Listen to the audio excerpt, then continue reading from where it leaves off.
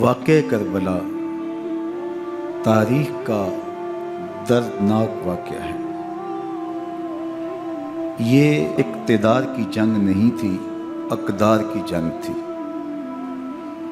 دو شخصیتوں کی لڑائی نہیں تھی، دو نظریات کا ٹکراؤ تھا۔ یہ حق اور باطل کا معرکہ تھا۔ یزید ظلم کا استعارہ ہے، حسین ابن علی امن کی علامت ہے۔ یزید جبر کا پتلا ہے، حسین صبر کا پیکر ہے۔ یزید اپنی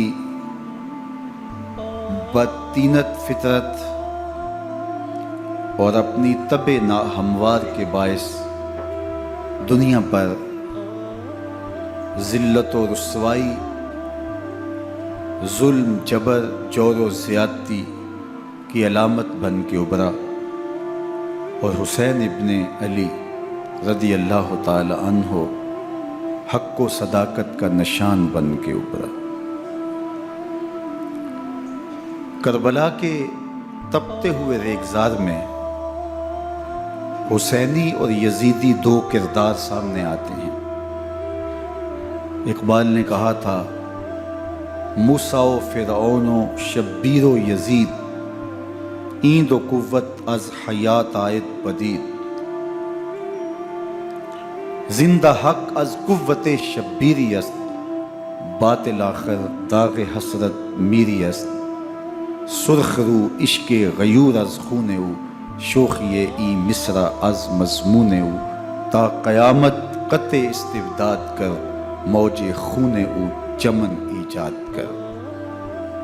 یزید بہدل کی بیٹی محسون کا ناپاک بیٹا تھا، اور حسین محمد عربی کی بیٹی فاطمہ کا شہزادہ تھا۔ یزید دمشق کے اطراف میں سرجون اور جریر، اختل جیسے اوباشوں کے جھرمٹ میں پل کے جوان ہوا۔ حسین کے گھر کا دروازہ مسجد نبوی کے اندر کھلتا تھا۔ یزید نشے میں دھت ہو کر کے نمازیں چھوڑ دیتا تھا۔ حسین کی کربلا کے اندر بھی نماز تہجد قضا نہیں ہوئی۔ یزید ظلم کا دوسرا نام ہے، حسین امن کی علامت ہے۔ یزید نے زندگی میں ایک مرتبہ حج کیا اور شراب کے مٹکے ساتھ لے کے آیا، اور اختل اور دیگر گویوں اور مغنیوں کو اپنے ساتھ رکھا تاکہ سفر آسانی سے کٹے۔ حسین ابن علی نے 25 حج سواری ہونے کے باوجود پیدل کیے۔ یزید حج بیت اللہ کے بعد مدینہ المنورہ آیا اور شراب کی ایک مجلس بپا کی۔ حضرت امام حسین رضی اللہ تعالی عنہ جب وہاں پہنچے تو شراب کی پھیلی ہوئی بدبو کو محسوس کرتے ہوئے فرمایا، یہ بو کیسی ہے؟ تو نشے میں دھت یزید بولا، یہ شام میں بنتی ہے، اور ایک جام منگوایا اور اس کو پیتے ہوئے دوسرا جام حضرت امام حسین رضی اللہ تعالی عنہ کی طرف بڑھاتے ہوئے کہا، ابا عبداللہ لیجئے۔ تو حضرت امام حسین رضی اللہ تعالی عنہ نے فرمایا، میں اس کی طرف دیکھتا بھی نہیں ہوں، اور پھر وہ عشقی اشعار پڑھنے لگا۔ جب یزید کی شراب نوشی کا منظر امام حسین رضی اللہ تعالی عنہ اپنی آنکھوں سے دیکھ چکے تھے، تو مجھے بتاؤ یزید کے ہاتھ پہ امام حسین کا پاک ہاتھ کیسے آتا؟ حضرت امام حسین رضی اللہ تعالی عنہ جس ماحول میں پلے تھے، جس ماحول میں پرورش پائی تھی، جس ماحول میں رہے تھے، وہ پاکیزہ اور تقدس مآب ماحول تھا۔ اور یزید کبھی اطراف دمشق میں، کبھی غوطہ میں، کبھی الخضرہ محل میں، اور کبھی کہاں اور کبھی کہاں داد عیش دیتا رہا اور لہو و لعب کے اندر مصروف رہا، اور اس کی زندگی ان چیزوں سے عبارت تھی۔ وہ محرمات کو حلال قرار دیتا، شراب نوشی اس کی ہڈیوں میں رچی ہوئی تھی، اور شریعت بیضا کا مذاق اڑایا کرتا۔ اور حسین ابن علی رضی اللہ تعالی عنہ کی دوستیاں جن لوگوں سے تھی وہ عبداللہ ابن عباس تھے، عبداللہ ابن عمر تھے، حضرت عبد الرحمن بن ابو بکر رضی اللہ تعالی عنہ تھے۔ یزید تو جوا کھیلتا رہا، یزید تو قمار بازی کرتا رہا، یزید تو شراب نوشی کرتا رہا، اور حسین ابن علی مسجد نبوی کے منبر میں حضور کے پہلوؤں میں بیٹھتے رہے۔ زمانے نے وہ منظر دیکھا کہ سرخ رنگ کے جوڑے پہنے ہوئے حسنین کریمین حجرہ فاطمہ سے نکلتے ہیں، کم عمری کی وجہ سے کبھی گرتے ہیں کبھی سنبھلتے ہیں، اور آقا کریم خطبہ ارشاد کر رہے ہیں، خطبہ چھوڑ کے حضور نے شہزادوں کو اٹھا لیا۔ وہ منظر بھی زمانے نے دیکھا۔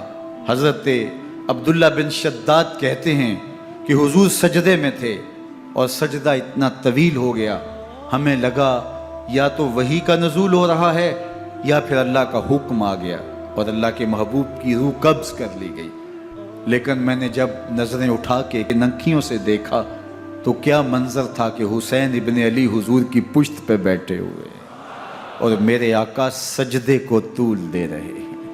اللہ اکبر! حسین کے لیے پیغمبر کے سجدوں کو طول دیا جا رہا ہے۔ حسین ابن علی کبھی منبر پہ حضور کی اطراف میں بیٹھتے ہیں، وہ منظر بھی دنیا نے دیکھا کہ حضور کے مبارک کندھوں پر حسین ابن علی بیٹھے ہیں اور حضور کی زلفوں کو پکڑا ہوا ہے۔ تو حضرت عمر رضی اللہ تعالیٰ عنہ دیکھ کے کہتے ہیں واہ واہ کیسی سواری میسر آئی حسین ابن علی کو۔ تو میرے آقا مسکرا کے کہتے ہیں عمر سواری دیکھتے ہو سوار بھی تو دیکھو۔ اللہ اکبر!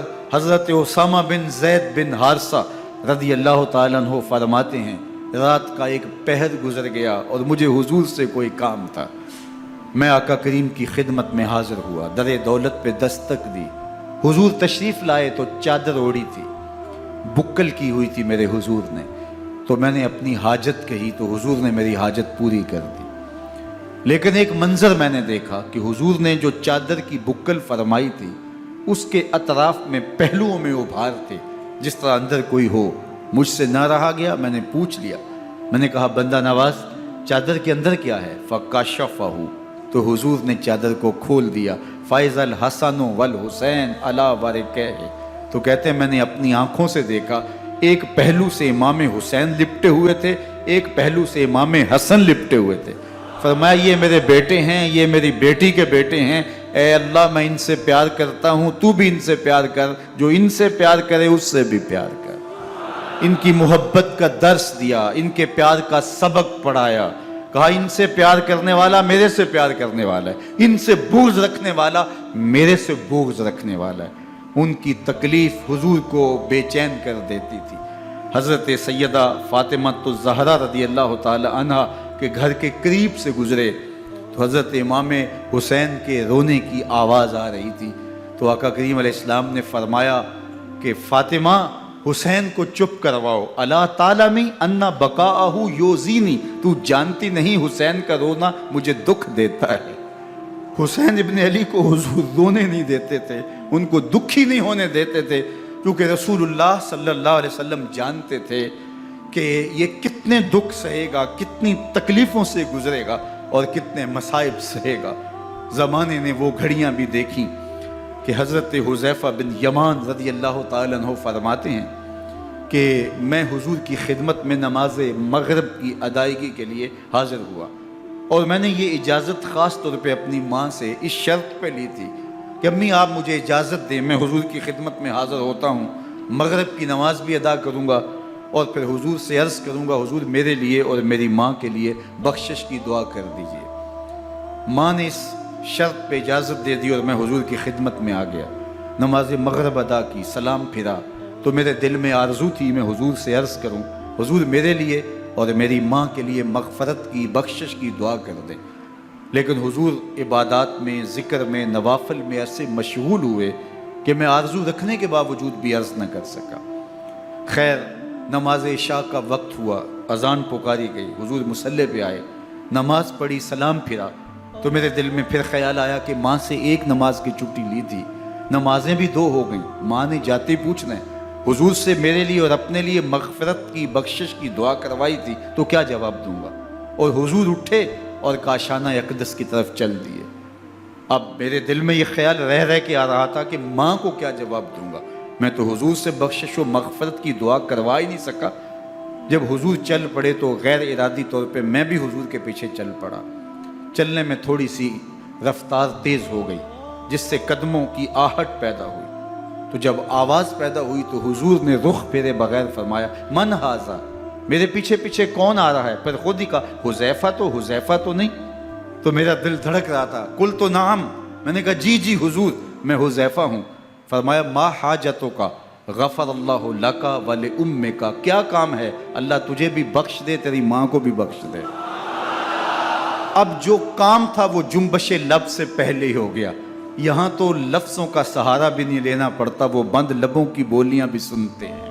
اقبال بولا ہے فروغت صبح آثار و دہور، چشم تو بینندائے ما فی الصدور، تیری نظر تو سینوں کے چھپے راز بھی دیکھتی۔ تو کہا ما حاجتوں کا غفر اللہ لک ولأمک، اللہ تجھے بخش دے، تیری ماں کی بھی مغفرت کر دے، کیا کام ہے؟ اب جو کام تھا وہ تو ہو گیا۔ تو میرے حضور نے ارشاد فرمایا حذیفہ سنو، ابھی ایک فرشتہ آیا ہے جو اس سے قبل دھرتی پر پہلے کبھی نہیں آیا، آج پہلی مرتبہ اللہ سے اجازت لے کے 2 کام کرنے آیا ہے۔ ایک تو مجھے سلام کرنے آیا ہے اور دوسرا خوشخبری دینے آیا ہے کہ آپ کی بیٹی فاطمہ جنتی عورتوں کی سردار ہے اور حسن اور حسین جنتی جوانوں کے سردار۔ ایک طرف یزید ناپاک میسون کا پلید بیٹا اور ایک طرف محمد عربی کا نواسا، فاطمہ کے دودھ کا اثر، علی المرتضیٰ کے خون کی تاثیر، رسول اللہ صلی اللہ علیہ وسلم کے کندھوں پہ بیٹھنے والا۔ ایک دن حضور نے امام حسین رضی اللہ تعالیٰ عنہ کے ہاتھ پکڑ لیے اور ان کے پاؤں اپنے پاؤں پہ رکھے اور پھر فرمایا بیٹے آگے بڑھو، اور ان کے پاؤں حضور کی پنڈلیوں پہ آئے۔ پھر کہا بیٹے اور آگے بڑھو، حتیٰ کہ ان کے پاؤں حضور کی رانوں پہ آئے۔ پھر فرمایا بیٹا اور آگے بڑھو، تو ان کے پاؤں حضور کے مبارک بطن اقدس پہ آئے۔ پھر بازوؤں کو کھینچ کے اپنے قریب کیا اور حسین ابن علی کے منہ میں اپنی زبان رکھ دی، اور وہ اس طرح چوس رہے تھے جس طرح کھجور چوسی جاتی ہے۔ تو اللہ کے محبوب علیہ السلام نے حسین ابن علی کو اپنی زبان کا لعاب دہن دے کر کے، وہ شیر رحمت دے کر کے، وہ کوثر و تسلیم سے پاکیزہ تر آب رحمت عطا کر کے ان کی ہمیشہ کے لیے پیاس بجھا دی، تاکہ کل کربلا کے تپتے ہوئے ریگزار میں حسین ابن علی کو پیاس کی شدت تنگ نہ کرے اور پائے استقلال میں لغزش نہ آنے پائے۔ ان نازوں سے پالے ہوئے حسین کو، ان محبتوں سے پالے ہوئے حسین ابن علی کو امتحان بھی اتنے بڑے درپیش تھے۔ یاری تیری سونا پر ازمیشاں تیریاں اگ، سونا پرکھیا جامدہ ہے نال اگاں دے لگ۔ جتنا بڑا شخص ہوتا ہے اتنی آزمائشیں بھی بڑی ہوتی ہیں۔ پیغمبر رحمت کی آغوش میں کھیلنے والا، حجرہ فاطمہ کا جانشین، مصلی رسول کا وارث، منبر رسول صلی اللہ علیہ وآلہ وسلم پر حضور کے مبارک پہلو اور گود میں بیٹھنے والا حسین، حضور کی زبان چوسنے والا حسین، حضور کے کندھوں پہ سواری کرنے والا حسین، آقا کریم علیہ السلام کے مبارک سجدے کی حالت کے اندر حضور کی پشت پہ کھیلنے والا حسین، جس حسین کا دروازہ مسجد نبوی کے اندر کھلتا تھا اور یزید کی کرتوتوں کے چشم دید گواہ تھے۔ یزید جب تخت نشین ہوتا ہے تو اسے یہ فکر ہوتی ہے کہ امام حسین عبداللہ بن زبیر، عبداللہ بن عمر، عبداللہ ابن عباس یہ میری بیعت کرے. اور وہ ولید بن عقبہ کو لکھتا ہے کہ ہر صورت میں ان کی بیعت لو، اور اگر بیعت نہ دیں تو سختی کرو. حضرت امام حسین رضی اللہ تعالی عنہ کو بلاوا آتا ہے کہ آپ کو دارالامارت میں گورنر ہاؤس میں بلایا جا رہا ہے. ولید بن عقبہ کا پیغام آپ کو پہنچتا ہے. آپ اس وقت فرماتے ہیں کہ اس وقت جو پیغام پہنچا ہے وہ کسی خطرے سے خالی نہیں ہے. تو کچھ سواروں کو ساتھ لیا، کہا تم دارالامارت کے باہر کھڑے رہنا، اگر میری آواز بلند ہوئی تو اندر آ جانا، ورنہ تم انتظار کرنا. آپ اندر گئے. ولید بن عقبہ نے مروان کو بھی بلایا تھا. مروان بن حکم یہ گورنر مدینہ ولید سے پہلے رہ چکا ہے، تو اس نے مشورہ دیا کہ سختی کی جائے. خیر ولید بن عقبہ نے کہا کہ یہ خط ہے، حضرت امیر معاویہ کا انتقال ہو گیا اور یزید تخت نشین ہوا ہے، لہٰذا وہ آپ سے بیعت کا مطالبہ کرتا ہے. تو حضرت امام حسین رضی اللہ تعالیٰ عنہ نے فرمایا کہ میرے جیسا شخص یوں چھپ کے بیعت نہیں کر سکتا. اور آپ واپس پلٹے. مروان بن حکم نے ولید بن عقبہ کو کہا کہ یہ موقع ہے جانے نہ دیا جائے، اگر یہ نکل گئے تو دوبارہ تم قابو نہیں پا سکو گے اور انہیں یہیں قتل کر دیا جائے. حضرت امام حسین رضی اللہ تعالیٰ عنہ نے یہ بات سن لی. کہتے ہیں حضرت امام حسین انہی قدموں کے بل واپس پلٹے اور مروان بن حکم سے مخاطب ہو کے کہا، مروان کیا بول رہا ہے؟ وہ خاموش ہو گیا. فرمایا تو جانتا نہیں ہم کون ہیں؟ آنا حسین ابن علی ابن ابی طالب، میں حسین ہوں، میں علی کا بیٹا ہوں. ہمارے گھر میں قرآن اترتا رہا ہے، وحی کا نزول ہوتا رہا ہے، اور یزید فاسق ہے، فاجر ہے، مسلمانوں کا قاتل ہے اور شرابی ہے. میں ڈنکے کی چوٹ پہ یزید کی بیعت سے انکار کرتا ہوں. بس حیدری کچھار سے محمدی شیر نکل آیا ہے. اب اوسان خطا ہو گئے، راستہ چھوڑ دیا، واپس آئے. سیدہ زینب سے ملے، کہا مدینے کو چھوڑنا پڑے گا. کہا بھیا کیا ہوا؟ کہا یزید بیعت لینے پہ مصر ہے اور میں کسی صورت بھی بیعت نہیں کروں گا. رسول اللہ کا مدینہ ہمارے خون سے لالہ زار بنے گا. میں نہیں چاہتا کہ حضور کے شہر نور کی حرمت پامال ہو. دوستو وہ کیسا منظر ہوگا جب حسین ابن علی نے آخری حاضری حضور کے روضے پہ دی ہو. حاجی یا معتمر 10 دن کے لیے، 8 دن کے لیے، 20 دن کے لیے مدینہ المنورہ عارضی سکونت اختیار کرتا ہے اور حضور کے روضہ انور سے، اس شہر نور سے، ان گلیوں سے، ان بام و در سے ایسا مانوس ہو جاتا ہے کہ جب واپس پلٹ رہا ہوتا ہے ان دعاؤں کے ساتھ کہ دوبارہ آنا بھی نصیب ہو، اور اسے لگتا ہے کہ میں دوبارہ بھی بلایا جاؤں گا، لیکن اس کے باوجود شہر حبیب چھوڑنا قیامت سے کم نہیں ہوتا. اعظم چشتی مرحوم آخری بار جب حضور کے روضہ انور پہ گئے تو بیمار تھے، ویل چیئر پہ تھے. باب بقی سے باہر نکلے تو خادم سے کہا کہ میری ویل چیئر پیچھے سے کھینچو تاکہ میرا رخ روضہ انور کی طرف رہے.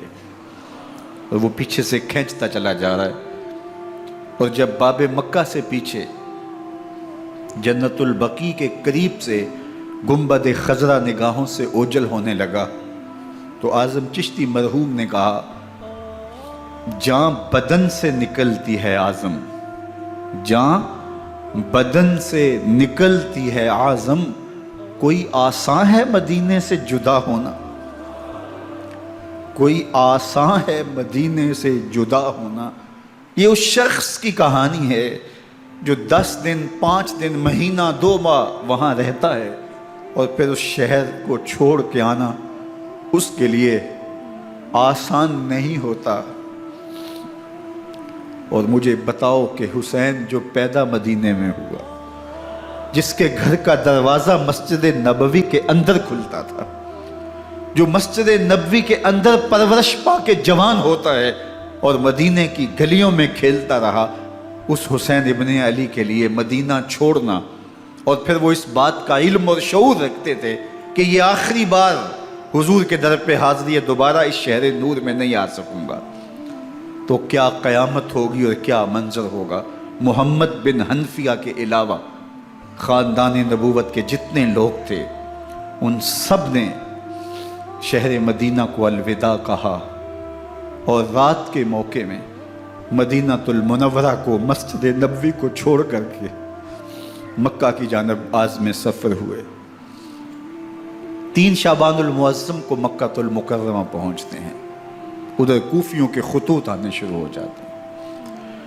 حضرت امام حسین رضی اللہ تعالیٰ عنہ مسلم بن عقیل رضی اللہ تعالیٰ عنہ کو صورتحال معلوم کرنے کے لیے بھیج دیتے ہیں۔ 40,000 کوفی آپ کے ہاتھ پہ بیعت کر دیتے ہیں۔ ادھر 25 پیدل حج کرنے والے حضرت امام حسین 8 ذی الحج کو احرام باندھتے ہیں، لیکن آپ کو پتہ چلتا ہے کہ حاجیوں کے روپ میں قاتل چھپا دیے گئے، تو آپ اس احرام کو حج کی بجائے عمرے میں بدلتے ہیں اور کوفے کی جانب عازم سفر ہوتے ہیں۔ کائنات والو، ذرا سینے پہ ہاتھ رکھ کے دیکھو کہ یہ کتنا مشکل مرحلہ تھا۔ اس دین کی آبرو کو بچانے کے لیے حضرت امام حسین رضی اللہ تعالیٰ عنہ نے کتنا بڑا قدم اٹھایا۔ آپ کے بہیخہ، دوست، احباب عبداللہ بن عمر یہ سارے روکتے ہیں، عبداللہ بن عباس کہتے ہیں حضرت نہ جائیے، الکوفی لا یوفی، کوفی کبھی وفا نہیں کرتے، آپ کے والد کو وہاں شہید کیا گیا، لیکن آپ ایک فرض کو نبھانے جا رہے ہیں۔ میرے غم گسارو، میرے مہربانوں، نہ روکو مجھ کو جانے دو، مجھے نانے کے دی کی ڈوبتی کشتی بچانے دو، میں جاتا ہوں کہ دنیا پر وفا کا نام رہ جائے، میں رہوں نہ رہوں پر عظمت اسلام رہ جائے۔ میں نہیں جاتا تو نبی کے گھر کی آن جاتی ہے، میں نہیں جاتا تو نبی کے گھر کی آن جاتی ہے، تمہارا دین جاتا ہے، میری غیرت ایمان جاتی ہے۔ حضرت امام حسین یہاں سے چلتے ہیں، ابھی راستے میں ہی پہنچتے ہیں کہ یہ خبر آتی ہے کہ کوفے والوں نے بے وفائی کر دی، حضرت مسلم بن عقیل رضی اللہ تعالیٰ عنہ کو شہید کر دیا گیا، نعمان بن بشیر معزول کر دیے گئے، ابن مرجانہ ابن زیاد وہاں متعین کر دیا گیا جو سخت گیر شخص تھا، اور اس نے لوگوں کو ڈرایا، دھمکایا، اور کوفے کے لوگوں کے دل بدل گئے اور وہ بیعتیں توڑنے لگے۔ وہ منظر مسجد کوفہ کا کتنا دلگداز تھا، جب امام نماز کے لیے کھڑے ہوئے تو 40,000 لوگ آپ کے پیچھے تھا۔ جب سلام پھیرا اور امام نے دیکھا کہ پیچھے لوگ نہیں ہیں، پھر لوگوں نے اپنے دروازے بھی بند کر لیے۔ رات کی تنہائیاں ہیں اور حضرت مسلم بن عقیل کو کوئی پناہ دینے والا نہیں، لوگوں نے دروازے بند کر لیے کہ کہیں ہمارے گھر میں نہ آ جائیں اور ہم مشقت اور حکومتی تشدد کا شکار نہ ہوں۔ کتنا دردناک لمحہ ہے حضرت مسلم بن عقیل رضی اللہ تعالیٰ عنہ پہ، اور پھر حضرت مسلم بن عقیل بے دردی سے شہید کر دیے جاتے ہیں۔ آپ ابھی راستے میں ہیں، یہ ساری کہانی پہنچتی ہے کہ حضرت مسلم شہید کر دیے گئے اور بے دردی سے شہید کر دیے گئے۔ وہ جنہوں نے خط لکھے تھے کہ ہم آپ کے ساتھ ہیں اور ہم منتظر ہیں، چشم برا ہیں، آپ کے قدموں کی چاپ سننے کے لیے بےتاب ہیں، آج انہوں نے بیعتیں توڑ دی۔ 40,000 کوفی منحرف ہو گئے۔ مسجد کوفہ کا وہ منظر کس قدر روح کو تڑپا دینے والا تھا۔ ہم پچھلے سال عصر اور مغرب کے درمیان جب کوفہ پہنچے تو سورج ڈوبنے کے قریب تھا۔ میں نے اپنی زندگی میں اتنا اداس موسم کہیں نہیں دیکھا جتنا اداس موسم کوفے میں دیکھا۔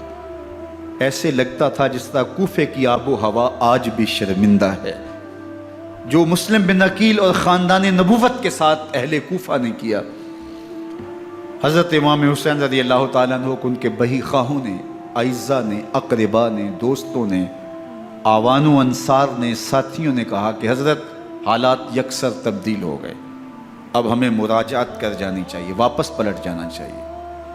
تو حضرت امام حسین کافی سوچ بچار میں رہے، پھر اس کے بعد آپ نے فیصلہ کیا کہ ہم آگے بڑھیں گے۔ دوستوں نے کہا کہ حضرت اگر آپ آگے بڑھیں گے تو ہمیں لگتا ہے کہ وہ آپ کے ساتھ سلوک اچھا نہیں کریں گے اور آپ بچوں کے سامنے پیاسے شہید کر دیے جائیں گے۔ تو حضرت امام حسین رضی اللہ تعالیٰ عنہ نے وہاں ایک خطبہ ارشاد فرمایا کہ لوگوں تم جو مجھے بتا رہے ہو مجھے اچھی طرح معلوم ہے، جو تم مجھے منظر پیش کر رہے ہو وہ میری نگاہوں میں ہے، اور جو کچھ ہونے والا ہے چشم تصور وہ منظر دیکھ رہی ہے۔ چونکہ حضرت امام حسین رضی اللہ تعالیٰ عنہ کی شہادت کی خبر حضرت امام حسین کے پیدا ہوتے ہی خاندان نبوت میں عام تھی۔ حضور علیہ الصلوۃ والسلام کو یہ بات جبریل امین نے آ کے بتائی تھی جب حسین ابن علی کے ساتھ حضور محبت کا اظہار کر رہے تھے، تو یہ جبریل امین نے آ کے کہا تھا حضور آپ کا یہ بیٹا ارض طف میں شہید کر دیا جائے گا، اور کربلا کی مٹی لا کے حضور کو دی اور ام سلمہ کو حضور نے عطا کر دی۔ حضرت ام سلمہ کہتی ہیں کہ ایک دن میں سوئی تو خواب دیکھا کہ حضور کے مبارک بال بکھرے ہوئے ہیں اور سخت پریشان ہیں، تو میں نے کہا کہ حضور آپ کی یہ کیا حالت ہے؟ وَبِيَدِهِ قَارُورَةٌ، اور حضور کے ہاتھ میں ایک شیشی ہے، فِيهَا دَمٌ، جس کے اندر خون ہے۔ تو میں نے کہا حضور یہ کیا؟ فرمایا میں قتل گاہ حسین سے آ رہا ہوں اور یہ حسین ابن علی کا خون ہے۔ تو کہا 10 محرم کا دن تھا، دوپہر کا یہ منظر تھا، میں قیلولہ کر کے اٹھی، جب میں نے دیکھا تو وہ شیشی جس میں کربلا کی مٹی رکھی تھی وہ خون بن چکی تھی۔ تو یہ خبر پہلے دی گئی تھی، یہ بتا دیا گیا تھا۔ فرمایا میرے دوستو جو تم مجھے بتاتے ہو میں اس سے بے خبر نہیں ہوں، یہ سب کچھ ہونے والا ہے، لیکن اس کے باوجود میں کیوں جا رہا ہوں؟ تو آپ کا ایک تاریخ ساز جملہ ہے جو کربلا کے فلسفے کو ہمارے سامنے رکھتا ہے کہ یہ اتنا بڑا امتحان کیوں دیا۔ حضرت امام حسین رضی اللہ تعالیٰ عنہ نے فرمایا وَلَكُمْ فِيَّ أُسْوَةٌ، میں اس لیے جا رہا ہوں قیامت تک ظلم، جبر اور ناانصافی کے خلاف کھڑے ہونے والوں کے لیے کوئی نمونہ تو ہو۔ میری زندگی قیامت تک ظلم، جبر اور استحصالی نظام کے خلاف کھڑے ہونے والوں کے لیے نمونہ ہے۔ تو حضرت امام حسین رضی اللہ تعالیٰ عنہ نے حق اور باطل کے درمیان ایک سرخ لکیر کھینچ دی اپنے خون سے۔ اب حق اور باطل کا امتیاز کرنا مشکل نہیں ہے، کوئی باطل پہ اڑا رہے تو الگ بات ہے، لیکن امتیاز کرنا مشکل نہیں ہے۔ حدود بالکل واضح کر دی۔ اقبال نے یہاں کتنی خوبصورتی کے ساتھ اس مضمون کو نبھایا۔ سرخ رو عشق غیور از خون او، شوخی این مصرع از مضمون او، تا قیامت قطع استبداد کر، موج خون او چمن ایجاد کر۔ ایک جہاں آباد کر دیا، حق اور باطل کی راہیں اجال دی۔ اب لوگوں کو یزید کا چہرہ پہچاننے میں دیر نہیں لگتی، وقت کے ہر یزید کا چہرہ آسانی سے پہچانا جا سکتا ہے۔ یہ معرفت زمانے کو کروائی کس نے؟ حسین ابن علی نے کروائی رضی اللہ تعالی عنہ۔ تو حضرت امام حسین نے فرمایا کہ جو میرے ساتھ ہونے والا ہے میں اچھی طرح جانتا ہوں، لیکن میں اس کے باوجود آگے بڑھوں گا۔ پھر بڑھے اور کربلا میں جا کے خیمہ زن ہو گئے۔ 7 محرم کو پانی بند کر دیا گیا۔ پانی بند ہوا تو کھانا بھی میسر نہیں تھا، لیکن ذکر پانی کا ہوتا ہے اس لیے کہ کھانے کے بغیر انسان کئی دن کاٹ لیتا ہے، لیکن پانی کے بغیر گزر نہیں ہوتی۔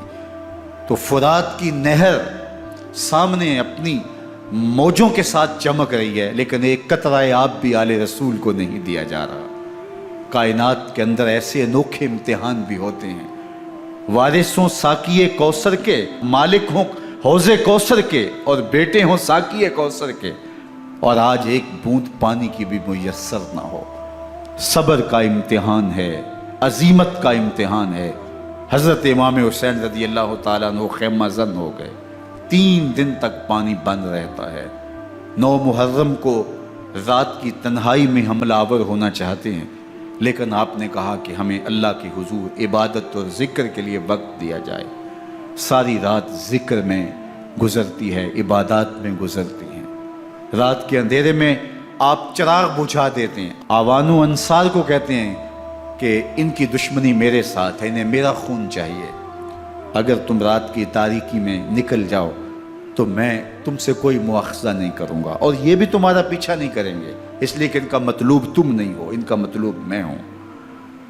جب چراغ جلایا تو کوئی بھی نہیں گیا۔ مسلم بن نوسجہ کھڑے ہو کے کہتے ہیں حضرت اگر ہمارے بدن کو 70 بار کاٹا جائے اور جلایا جائے اور ہواؤں میں اڑا دیا جائے پھر بھی آپ کا ساتھ نہیں چھوڑیں گے۔ 70 سال کے بوڑھے ہیں حبیب بن مظاہر، کہتے ہیں حضرت آپ کو چھوڑ کے جائیں کہاں، آپ کو چھوڑ کے جائیں کہاں؟ کوئی ساتھ چھوڑنے کے لیے تیار نہیں ہے۔ پیاس ہے، سخت گرمی ہے، کربلا کا ماحول ہے، 72 افراد اور خاندان کی خواتین میدان کربلا میں خیمہ زن ہیں۔ دوسری طرف لشکر اعداء اشقیا 22,000 کی تعداد میں مقابلے میں، ایک روایت 30,000 کی ہے۔ ان صرف 72 پیاسے لوگوں کے لیے اتنے لوگوں کو جمع کرنے کا مقصد خوف زدہ کرنا تھا۔ شرط ہے کہ یزید کی بیعت کر لیں، محاصرے توڑ دیں گے، پانی دستیاب ہوگا، اعزاز و اکرام سے نوازا جائے گا، خزانوں کے منہ کھول دیے جائیں گے۔ لیکن حسین ابن علی کہتے تھے سب کچھ لٹ جائے گا، باطل کے ہاتھ پہ ہاتھ نہیں رکھوں۔ اللہ اکبر۔ اب صبح طلوع ہوتی ہے، عاشور کا دن چڑھتا ہے، سورج اپنی پوری تمازت کے ساتھ گرمی برسا رہا ہے۔ آج خاندان نبوت کا امتحان زمانے نے دیکھنا ہے۔ رسول اللہ کا لعاب چوسنے والا اس کے صبر کا آج امتحان ہے، حضور کے کندھوں پہ کھیلنے والے حسین کا آج امتحان ہے۔ اللہ اکبر۔ حسین ابن علی تمام حجت کرتے ہیں میں نے تمہارا کچھ نہیں بگاڑا، میں نے کسی کا خون نہیں کیا، میں نے کوئی زیادتی نہیں کی، تم کیوں میرے قتل کے در پہ ہو؟ تم جانتے نہیں میں کون ہوں؟ میں تمہارے نبی کا نواسا ہوں، رسول اللہ صلی اللہ علیہ وآلہ وسلم کے کندھوں پہ کھیلتا رہا ہوں، حضور کا لعاب چوستا رہا ہوں، اور میں بوسہ گاہے رسول صلی اللہ علیہ وآلہ وسلم ہوں۔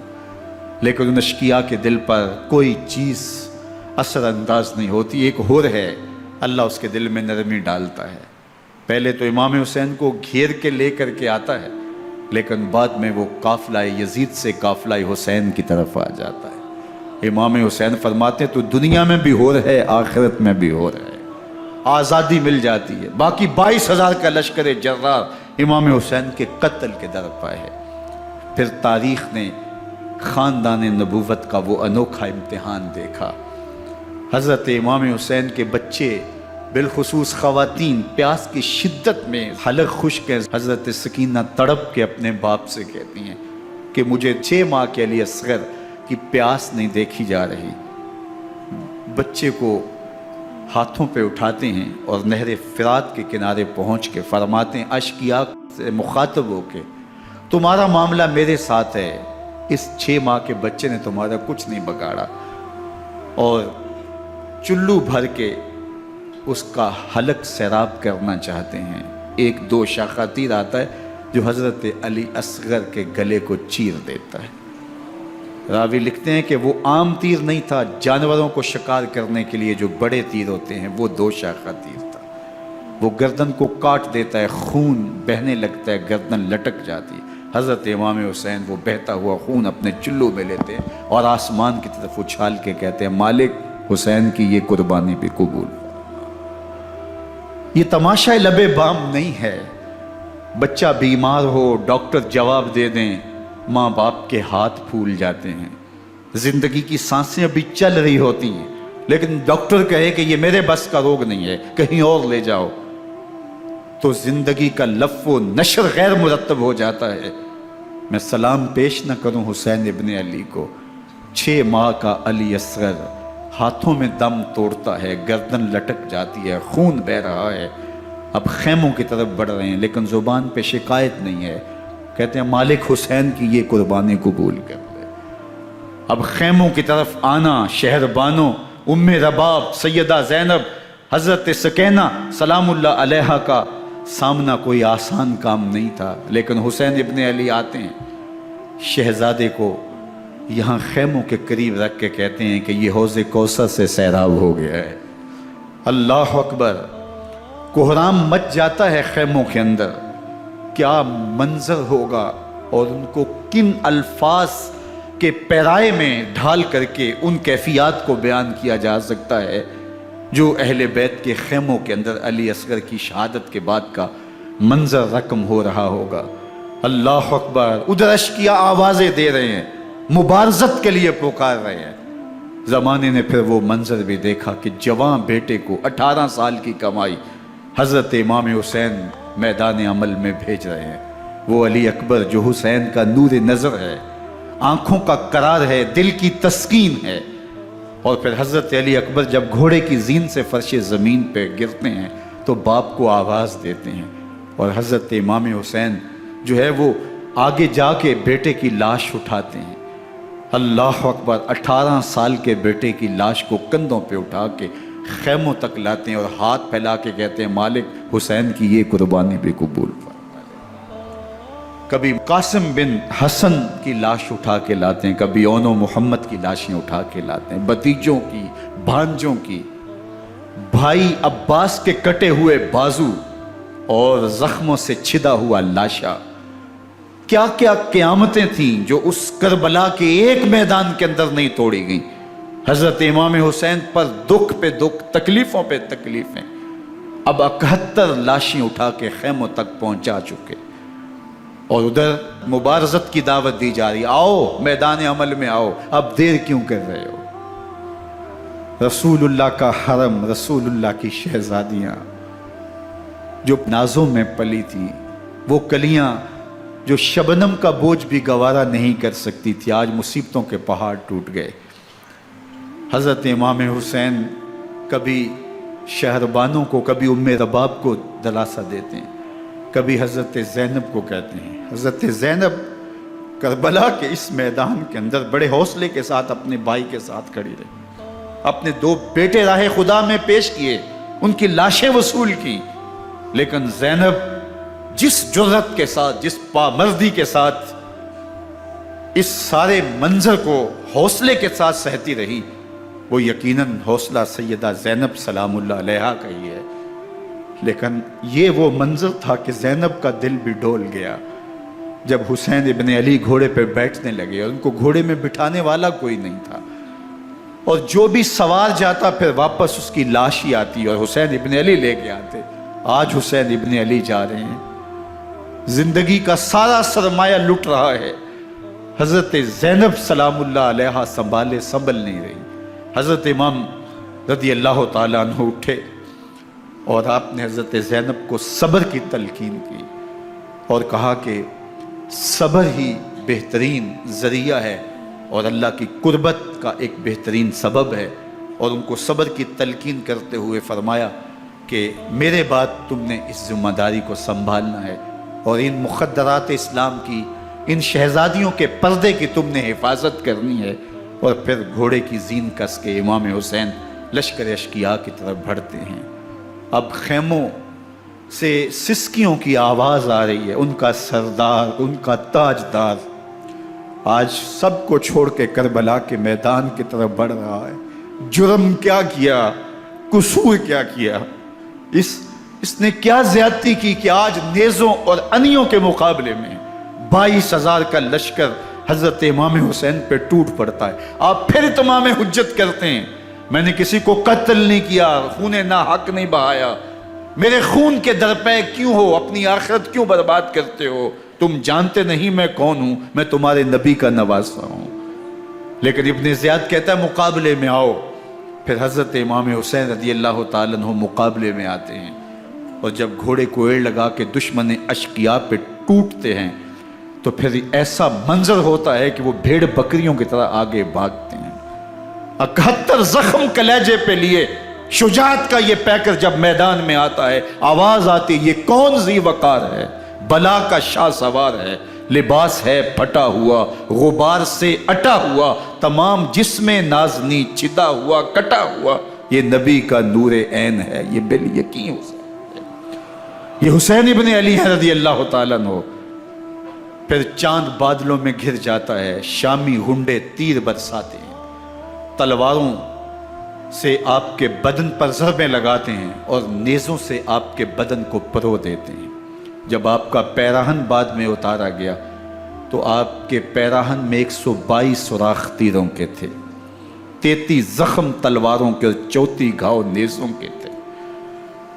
جب گھوڑے کی زین سے فرش زمین پر آئے، بدن چھلنی تھا، زخم زخم سے خون بہ رہا تھا، 3 دن کا پیاسا حسین، اللہ اکبر، بدن زخموں سے چور، 71 لاشیں کلیجے پہ لیے، مخدرات اسلام کے پردے کا خیال دل میں الگ ہے، لیکن گھوڑے کی زین سے جب فرش زمین پہ امام حسین آتے ہیں، زبان پہ ہائے نہیں، نالا و شیون نہیں، چیخ و پکار نہیں، آتے ہی پیشانی سجدے میں رکھتے ہیں اور پکارتے ہیں اللہم ردن بقضائک وصبرا علی بلائک تسلیما لامرک سبحان ربی الاعلی۔ مالک گھر لٹا کے، بچے لٹا کے، خاندان سب کچھ قربان کر کے، اپنے بدن کو زخموں سے چھلنی کروا کے، تیروں اور نیزوں کی انیوں سے اپنے آپ کو زخمی کروا کے، تیرے حضور سر جھکا کے یہ اقرار کرتا ہوں کہ حسین تیری تقدیر پہ راضی ہے، مالک تو بھی بتا، تو بھی حسین پہ راضی ہوا ہے کہ نہیں ہوا۔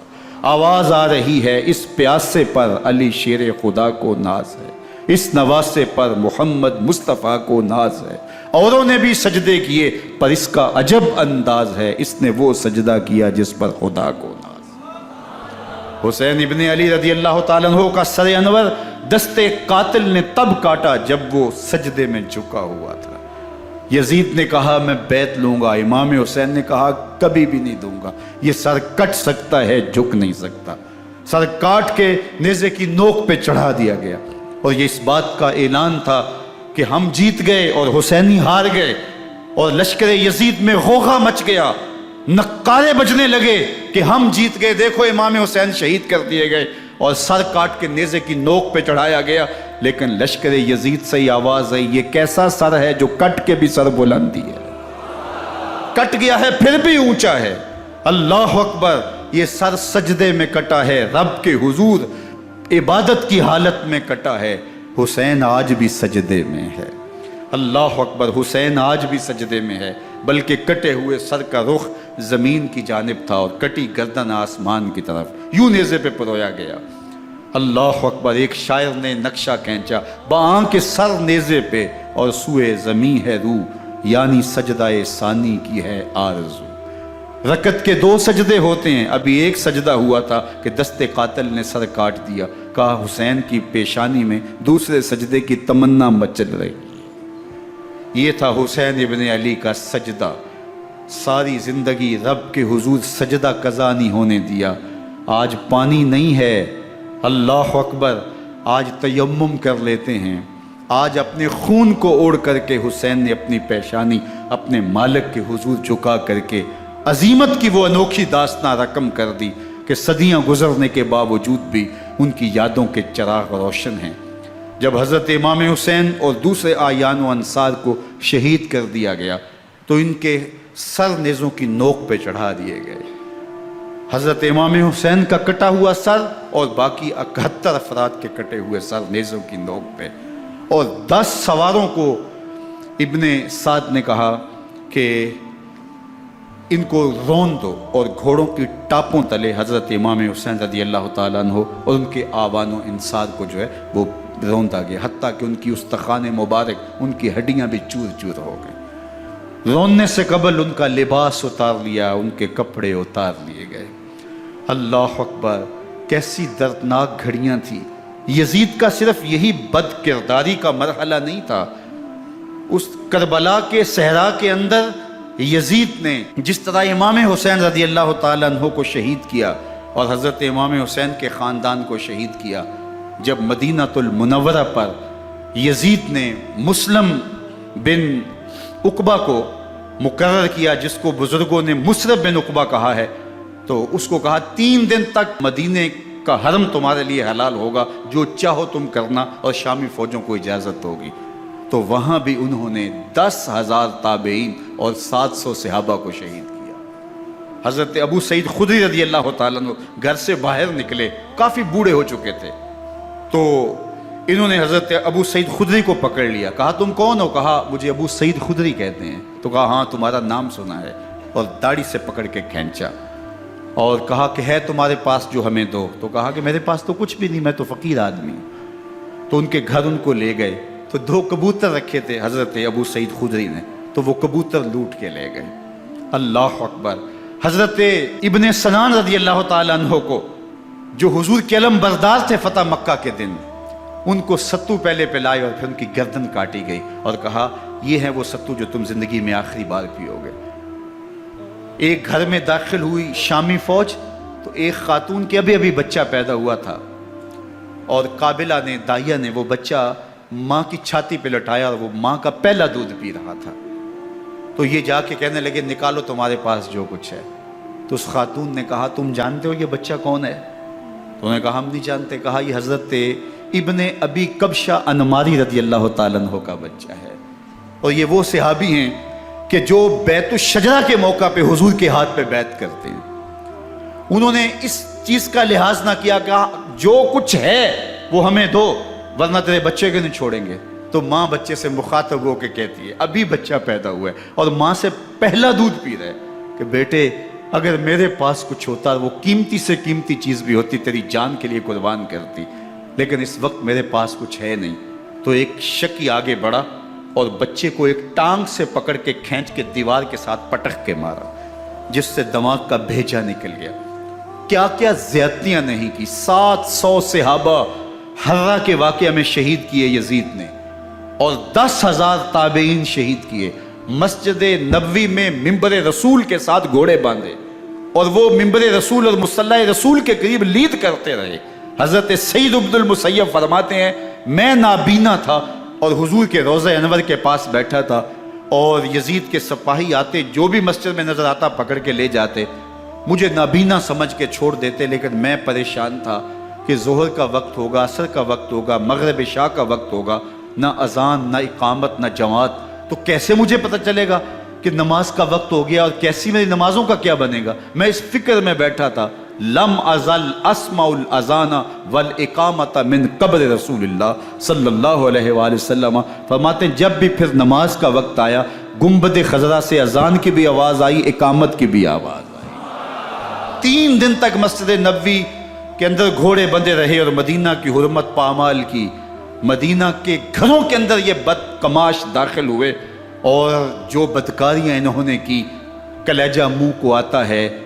1002 شیزائیں ان بدکاروں کی بدکاریوں کی وجہ سے کنواری حالت کے اندر حاملہ ہوئی۔ 3 دن تک مدینے کا حرم انہوں نے پامال کیا، اور پھر مکہ المکرمہ میں کعبہ اللہ پر گولے برسائے، اور کعبہ کا غلاف جل گیا۔ وہ تو یزید مر گیا، اور حضرت عبداللہ ابن زبیر رضی اللہ تعالیٰ عنہ نے اپنی خلافت کا اعلان کیا۔ یزید کے یہ کرتوت تھے، ادھر اہل مدینہ کو ستایا، ادھر اہل مکہ کو ستایا، اور رسول اللہ صلی اللہ علیہ وسلم کے خانوادے کی بے حرمتی اور توہین کی۔ نہ صرف انہیں قتل کیا گیا، ان کی لاشوں پہ گھوڑے دوڑائے۔ ابن سعد اور شمر جو ہے وہ خیموں میں داخل ہوا، اور مخدرات اسلام کی چادریں چھیننے کی کوشش کی۔ حضرت زینب سلام اللہ علیہ نے مخاطب ہو کے کہا ہمارے چہرے کے رکھوالے چلے گئے ہیں، ظالم تو خیال نہیں کرتا ہم رسول اللہ کی بیٹیاں ہیں۔ حضرت شہربانو، حضرت زین العابدین اور حضرت زینب سلام اللہ علیہم، ان تینوں کو ایک اونٹ پہ باندھا گیا، اور باقی اونٹوں پہ باقی سادات کو، حضور کی شہزادیوں کو باندھا گیا، رسیوں میں جکڑا گیا، اور اونٹوں پہ باندھ کر کے کوفے کی جانب آگے آگے شہیدوں کے سر چل رہے ہیں، اور پیچھے یہ قافلہ چل رہا ہے۔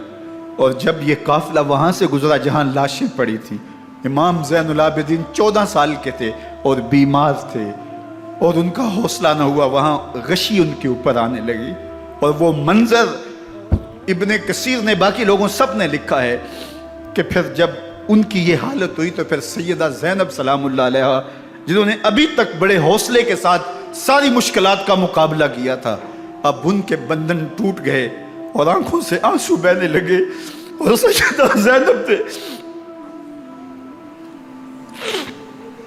امام حسین رضی اللہ تعالیٰ عنہ کی لاش پہ کھڑے ہو کے، اور وہ روندی ہوئی لاش، ٹوٹی ہوئی ہڈیاں، اور وہ پریشاں بدن، کٹا ہوا سر نیزے کی نوک پہ، اور لاش یہ پڑی ہے، تو حضرت سیدہ زینب نے مدینے کی طرف منہ کر کے جو ہے وہ حضور سے فریاد کی، یا محمد آہو، یا محمد آہو، ھذا حسین بالآراء مزمل بالدماء، یا محمد آہو بناتوں کا سبایا۔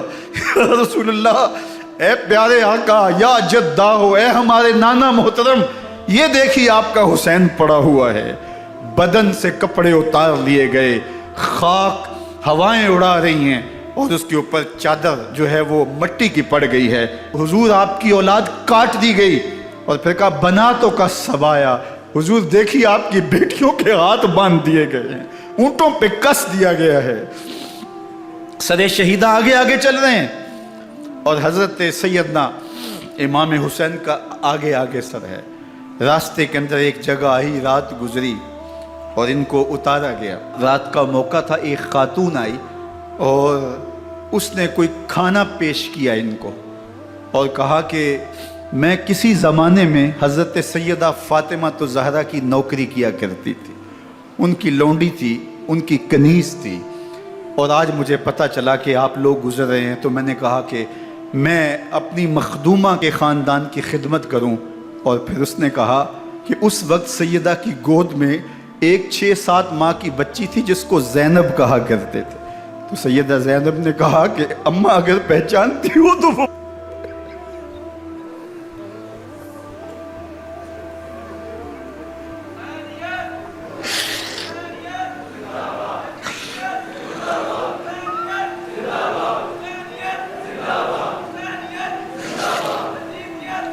یہ تاراج اور لٹا ہوا کارواں پھر وہاں سے کوفے میں کیسے پہنچا، اور کوفے کے اندر سیدہ زینب سلام اللہ علیہا نے وہ یزید کے دربار میں، ابن زیاد کے دربار میں وہ جرأت آمیز جو باتیں کہیں، اللہ اکبر، زینب کی زبان میں علی کی خطابت بول رہی تھی، اور پھر دشمن اور دوست سارے رونے لگے، اور وہ کیا دل گداز منظر تھے۔ اور پھر یہ سروں کا قافلہ اور سادات کرام کا مشکیں کسی ہوئی ہیں اور اونٹوں پہ باندھے ہوئے، ان کو وہاں سے پھر قادسیہ، اور قادسیہ سے پھر دمشق یزید کے دربار میں پہنچایا گیا، اور وہاں سے یہ لٹے ہوئے خانمہ برباد تاراج لوگ مدینہ المنورہ میں کیسے پہنچے، اور اہل مدینہ نے کیسے استقبال کیا، اور وہ منظر کتنا دلگداز تھا جب اہل مدینہ زینب سے پوچھتے تھے زینب حسین کہاں ہے؟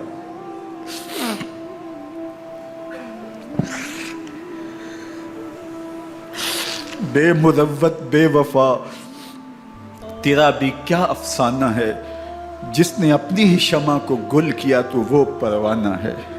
اپنے پیغمبر کے شہزادوں کو اور اپنے پیغمبر کی شہزادیوں کو جو دکھ اس امت نے دیے، یہ کائنات کی ایک انوکھی داستان ہے۔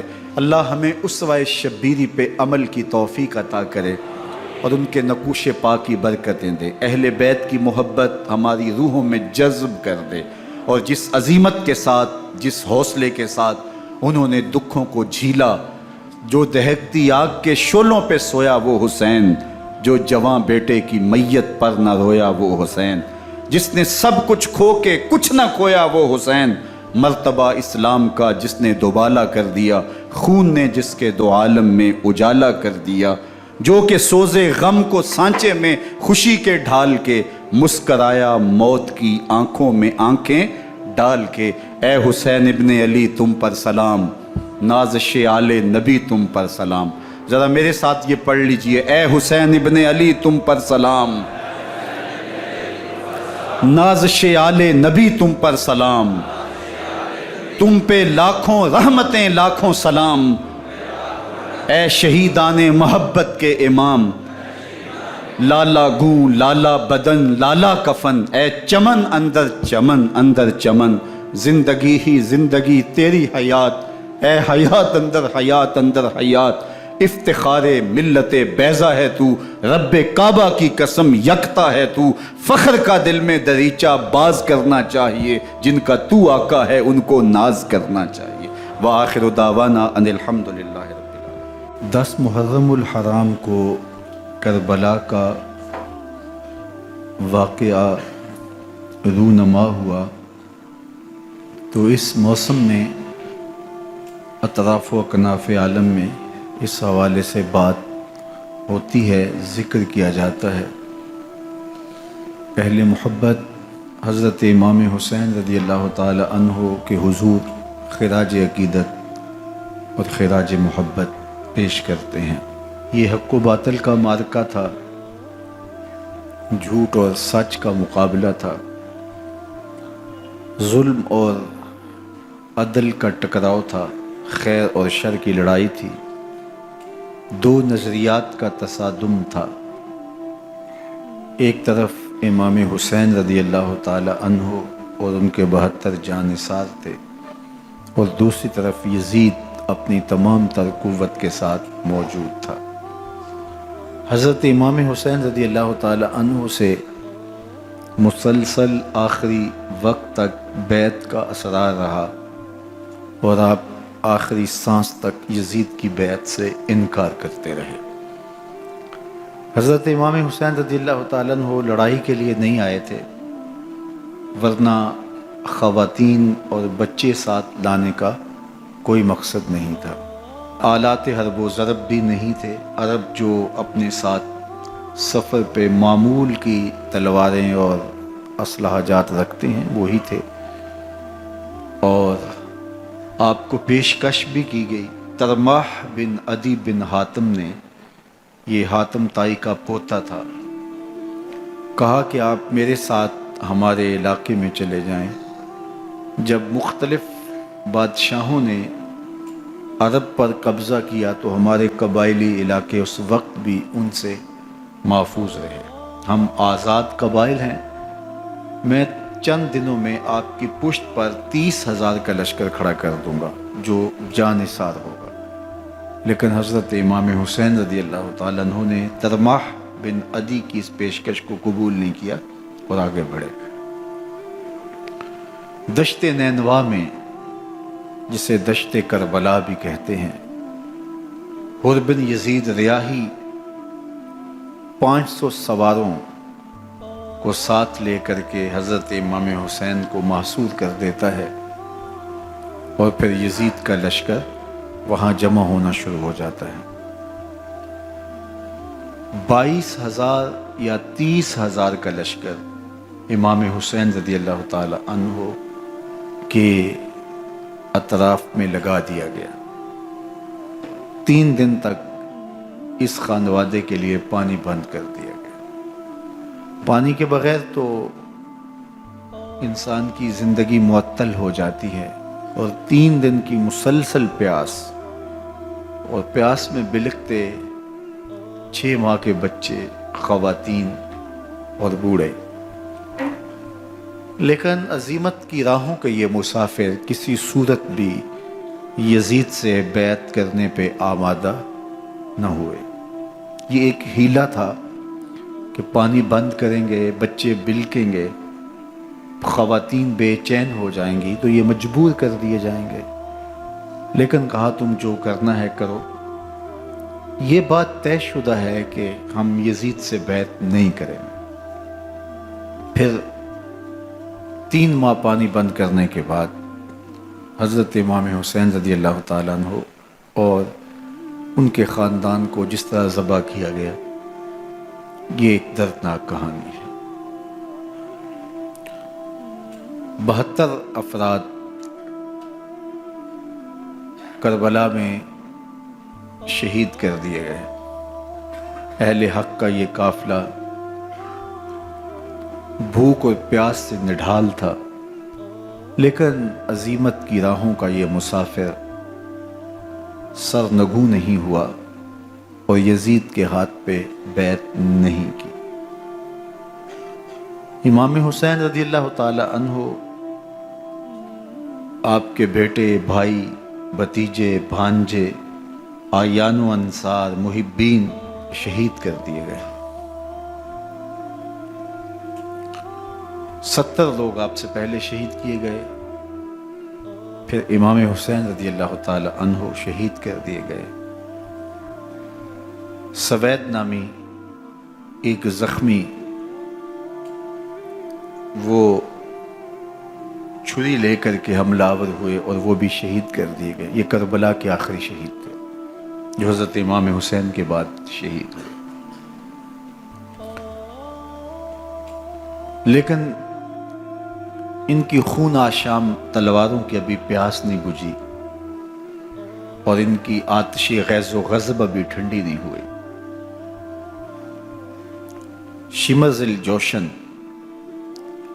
حضرت علی اوسط، جنہیں امام زین العابدین کے نام سے دنیا جانتی ہے، 14 سال کی عمر میں تھے، بیمار تھے، خیمے میں گھس کے ان کو بھی شہید کرنے لگا تو حمید بن مسلم نے کہا کہ کیا بچوں کو بھی شہید کیا جائے گا؟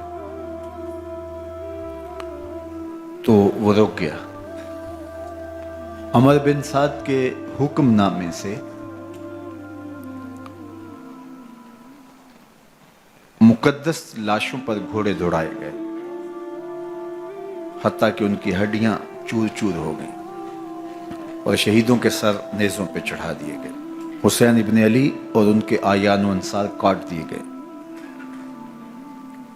فتح کے نعرے بجے، جشن منائے گئے، اور یہ قافلہ کربلا سے کوفے کی جانب روانہ ہوا۔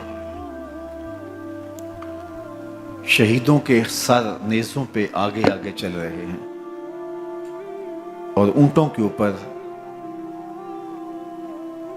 حضور کی بیٹیاں، حضور کی شہزادیاں اور حضرت امام زین العابدین کو باندھا گیا ہے،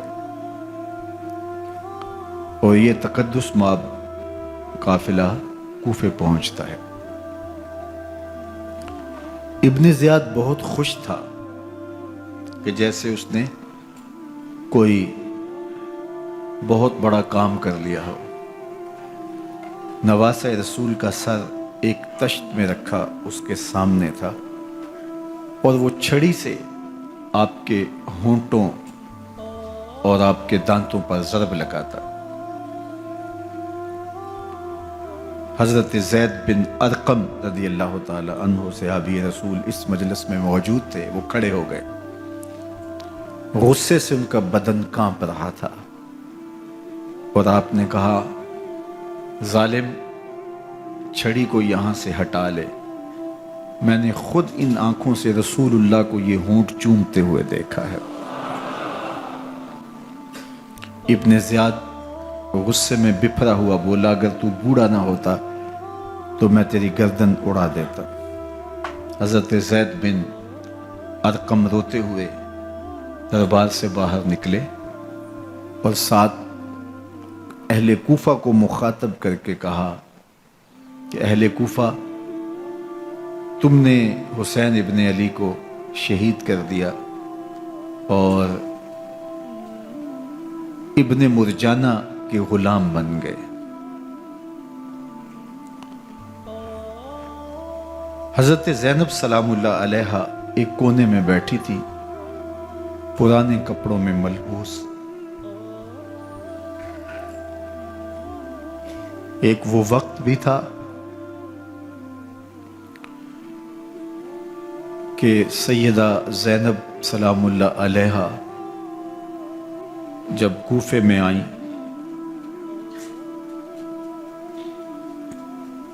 سیدنا علی المرتضیٰ کے زمانے میں، ان کے دور خلافت میں دار الخلافہ کوفہ متعین ہوا، تو یہ مدینے سے کوفے آئیں، تو اس وقت کوفے کی معزز خواتین نے ان کا استقبال کیا۔ خلیفۃ المسلمین کی شہزادی، رسول اللہ کی بیٹی سیدہ فاطمہ الزہرا کا عکس حضرت زینب سلام اللہ علیہا کوفے میں داخل ہوئیں، تکریم، عزت اور وقار کے ساتھ آپ کا استقبال کیا گیا اور آپ خواتین کو درس قرآن دیتی، حضور کی شریعت سکھاتی، اور آج وہی کوفہ ہے، وہی دیوار و در ہے اور وہی زینب ہے، اور آج زینب کے ساتھ حسین ابن علی کا کٹا ہوا سر ہے۔ پرانے کپڑوں میں ملبوس حضرت زینب سلام اللہ علیہ آج اسی کوفے میں داخل ہوئی ہیں۔ دارالامارت کے ایک کونے میں تشریف فرما ہے کہ ابن زیاد پوچھتا یہ خاتون کون ہے؟ حضرت زینب خاموش رہی۔ اس نے دوسری مرتبہ پوچھا، آپ پھر خاموش رہی۔ تیسری مرتبہ پوچھا، آپ پھر خاموش رہی۔ پھر ایک لونڈی نے بتایا یہ زینب بنت علی ہیں۔ تو اس کے سامنے حضرت امام حسین کا کٹا ہوا سر پڑا تھا اور وہ حضرت زینب سے مخاطب ہو کے کہنے لگا کہ اللہ نے تمہیں شکست دی اور یزید بن معاویہ کو فتح عطا کی۔ تو حضرت زینب سلام اللہ علیہا پھر دربار ابن زیاد میں ایک خوبصورت خطبہ عطا کیا۔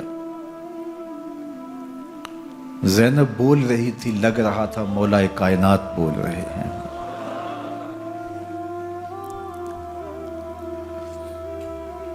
یہ خطبہ بامر مجبوری تھا، ابن زیاد کی خرافات کا جواب تھا۔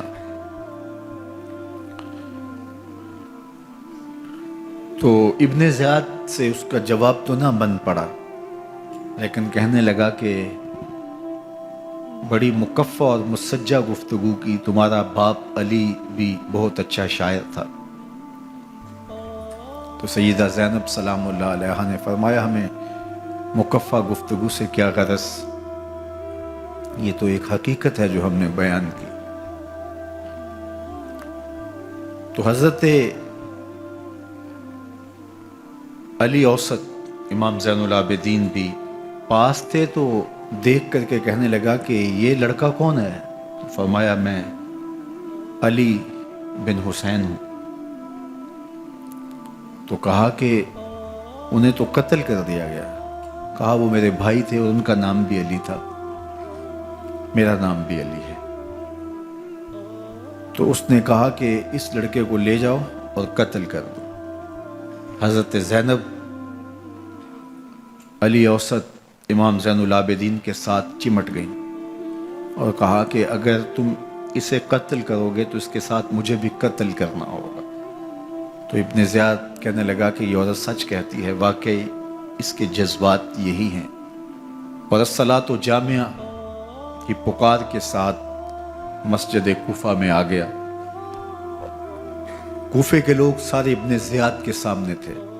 امام حسین کا کٹا ہوا سر ابن زیاد کے سامنے تھا اور اس نے کہا کہ اللہ نے یزید بن معاویہ کو فتح دی اور کذاب ابن کذاب معاذ اللہ حسین ابن علی کو شکست دی۔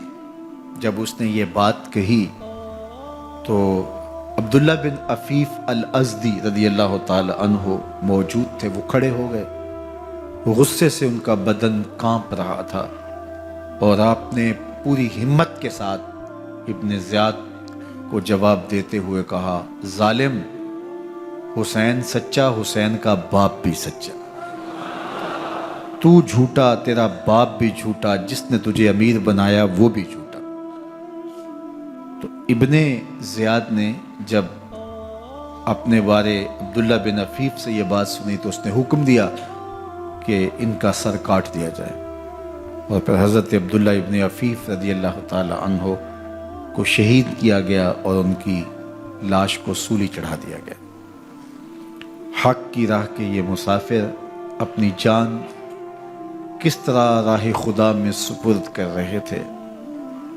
اہل کوفہ سہمے ہوئے، ڈرے ہوئے ابن زیاد کے دربار میں بیٹھے تھے اور امام حسین رضی اللہ تعالی عنہ کے قتل کا، ان کی شہادت کا انہیں دکھ تو تھا، لیکن ان کے اندر ہمت، طاقت اور توانائی نہیں تھی۔ ان کی تلواریں یزید کے ساتھ رہیں اور دل امام حسین رضی اللہ تعالی عنہ کے ساتھ رکھنے کی بات کرتے تھے۔ پھر یہ قافلہ کوفہ سے چلتے چلتے دمشق کی جانب عازم سفر ہوا۔ ایک اونٹ پہ تین لوگوں کو سوار کیا گیا تھا۔ امام زین العابدین کو سوار بھی کیا گیا اور بدن پر زنجیریں بھی باندھی گئیں، جکڑ کر کے سواری پہ بٹھایا گیا۔ اللہ اکبر! جہاں جہاں سے یہ لوگ گزرتے، لوگوں کو ان کی حالت پہ رحم آتا۔ بہت سارے لوگ نہیں جانتے تھے یہ کون ہیں۔ عمومی طور پہ راستوں میں یہی بتایا گیا کہ کچھ باغی لوگ ہیں جنہوں نے حکومت سے بغاوت کی، تو ان کے کیفر کردار تک پہنچا دیا گیا۔ راستے میں ایک گرجا گھر آیا اور وہاں یہ لوگ رات رکتے ہیں۔ گرجا گھر کی دیوار پہ لکھا ہوا تھا: اترجو امت قتلت حسینا شفاعت جدہ یوم الحساب۔ کیا وہ امت جنہوں نے حسین ابن علی کو شہید کیا، قیامت کے دن انہی کے نانے سے شفاعت مانگیں گے؟ کس منہ سے شفاعت طلب کریں گے؟ اسی حسین ابن علی کے نانا سے، جن کے بیٹے کو، جن کے شہزادے کو، نواسے کو ان لوگوں نے شہید کیا۔ جب یہ تقدس مآب قافلہ دمشق پہنچا تو راستے میں ایک شخص قرآن مجید کی تلاوت کر رہا تھا۔ اپنے مکان کی چھت پہ بیٹھ کے تلاوت کر رہا تھا، اور یہ قافلہ اس طرح سے گزر رہا تھا کہ شہیدوں کے کٹے ہوئے سر نیزوں کی نوک پہ تھے، اور عصمت شیار خواتین اور امام زین العابدین اونٹوں پہ بندھے ہوئے تھے۔ تو پڑھنے والا تلاوت کر رہا تھا کہ کہف اور رقیم یہ ہماری نشانیوں میں سے بڑی عجیب نشانیاں ہیں۔ تو جب وہ پڑھ رہا تھا تو سر حسین سے آواز آئی: یا تالی القرآن، اے قرآن پڑھنے والا، اصحاب کہف سے زیادہ عجیب قتلی و حملی، میرا قتل کرنا اور نیزے کی نوک پہ چڑھایا جانا۔ یہ قافلہ یزید کے دربار میں پہنچتا ہے۔ یزید بہت خوش ہوا اور اس نے حضرت امام زین العابدین رضی اللہ تعالیٰ عنہ سے کہا کہ تمہارے باپ نے میری حکومت کے خلاف بغاوت کی اور وہ اپنے انجام کو پہنچے۔ تو آپ نے جواب میں قرآن مجید کی آیات کی تلاوت کی اور اہل بیت کے مناقب اور فضائل بیان کیے۔ سیدہ زینب سلام اللہ علیہا کا ایک خطبہ اہل بیت کی عظمت، مناقب اور فضائل میں یزید کے دربار میں اپنی انوکھی اور البیلی شان رکھتا ہے۔ یزید پہلے تو خوش ہوا، لیکن جب اس نے لوگوں کے چہرے دیکھے تو وہ پریشان ہو گیا۔ حتیٰ کہ یزید کے دربار میں ایک عیسائی سفیر آیا ہوا تھا، تو اس نے جب کٹے ہوئے سر دیکھے اور خستہ حال سادات کی شہزادیوں کو دیکھا تو اس نے کہا یہ کون لوگ ہیں؟ تو اسے بتایا گیا، تو اس نے بڑے تعصف کا اظہار کیا، کہا کتنے بد نصیب لوگ ہو، ہمارے پاس حضرت عیسیٰ علیہ السلام کے گدھے کا کھر موجود ہے اور ہم اسے بھی عزت کی جگہ پہ رکھے ہوئے ہیں، اور تم کتنے بدبخت ہو، اپنے رسول کے نواسے کو شہید کر دیا۔ بے مروت بے وفا تیرا بھی کیا افسانہ ہے، جس نے اپنی ہی شمع کو گل کیا تو وہ پروانہ ہے۔ تو یزید نے جب لوگوں کے تیور دیکھے اور بدلتے ہوئے حالات دیکھے تو اس نے تعصف کا اظہار کیا اور کہا اللہ برا کرے ابن زیاد کا، وہ امام حسین کو میرے تک پہنچنے دیتا تو میں ان سے اچھا معاملہ کر لیتا۔ کچھ لوگ اس سے یزید کو بری الذمہ قرار دینے کی کوشش کرتے ہیں، لیکن یزید کے اپنے حکم سے سب کچھ ہوا۔ ابن اسیر نے لکھا ہے کہ جب یزید مرا تو ابن زیاد دمشق آ رہا تھا، اس کے ساتھ مسافر بن شریح بھی تھا، تو اچانک وہ کچھ سوچنے لگا۔ تو مسافر بن شریح نے کہا کہ ابن زیاد میں تمہیں بتاؤں تم کیا سوچ رہے ہو؟ کہا بتاؤ۔ کہا تم یہ سوچ رہے ہو کہ میں نے نواسہ رسول کو شہید کیوں کیا؟ تو کہنے لگا کہ یہ مجھے یزید کا حکم تھا، اور اگر میں نواسہ رسول کو شہید نہ کرتا تو وہ مجھے قتل کر دیتا۔ اور جب مسلم بن عقبہ کو مدینہ المنورہ کی حرمت کو پامال کرنے کے لیے اور حضرت عبداللہ ابن زبیر رضی اللہ تعالیٰ عنہ کی خلافت کے اعلان کے بعد مکہ المکرمہ پر حملے کے لیے جو یزید نے بھیجا، تو اس سے قبل اس نے ابن زیاد کو کہا کہ یہ کام تم کرو۔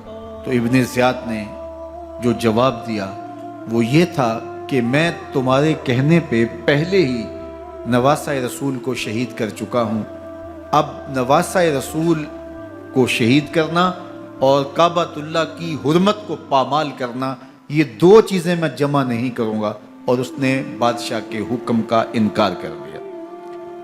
تو یزید نے امام حسین رضی اللہ تعالیٰ عنہ کی شہادت کا حکم دیا تھا ابن زیاد کو، اور یہ دو گواہیاں میں نے ابن زیاد سے آپ کے سامنے رکھی۔ باقی اس کا یہ سیاسی پینترا کہ وہ تعصب کا اظہار کرے، تو قاتل کی پشیمانی مقتول کی اہمیت تو بڑھا سکتی ہے، لیکن قاتل کے دامن سے قتل کا داغ نہیں دھو سکتی۔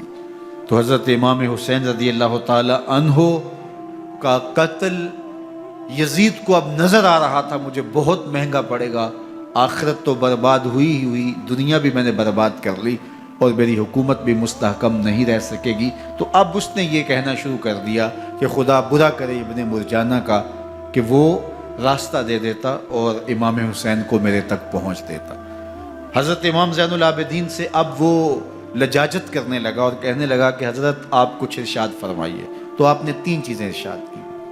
آپ نے فرمایا ایک تو ہمیں خیریت سے مدینے بھیج دو، اور دوسری بات کہ قاتلان حسین کو ان کے کیفر کردار تک پہنچاؤ، اور تیسری بات مجھے دمشق کی جامعہ مسجد میں خطبہ جمعہ کی اجازت دو۔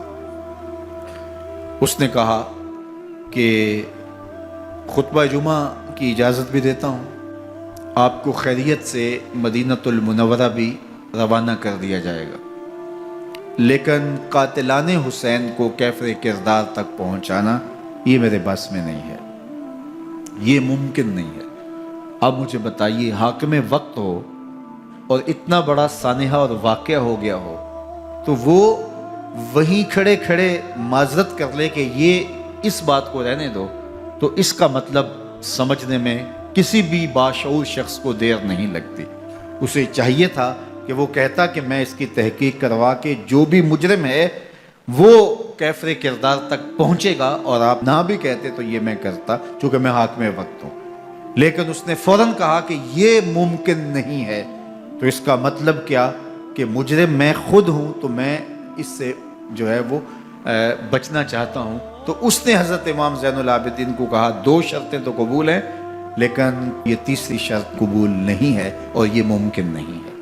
تو یہ واضح اس بات کا اشارہ ہے کہ یزید کے حکم سے، اس کی منشا سے اور اس کے کہنے سے حضرت امام کو شہید کیا گیا، اور اس نے حضرت امام حسین رضی اللہ تعالی عنہ کے مبارک لبوں پر چھڑیاں بھی ماری اور آپ کے دانتوں پر ضربیں لگائیں چھڑیوں۔ وہ تو ایک صحابی وہاں موجود تھے جو کھڑے ہو گئے، انہوں نے کہا ارفع ھذا القدیب عن ھاتین الشفتین، ان ہونٹوں سے چھڑی ہٹا لے، میں نے ان آنکھوں سے رسول اللہ کو یہ ہونٹ چومتے ہوئے دیکھا ہے۔ جس طرح ابن زیاد کے دربار میں ہوا تو یہاں بھی ہوا۔ اللہ اکبر۔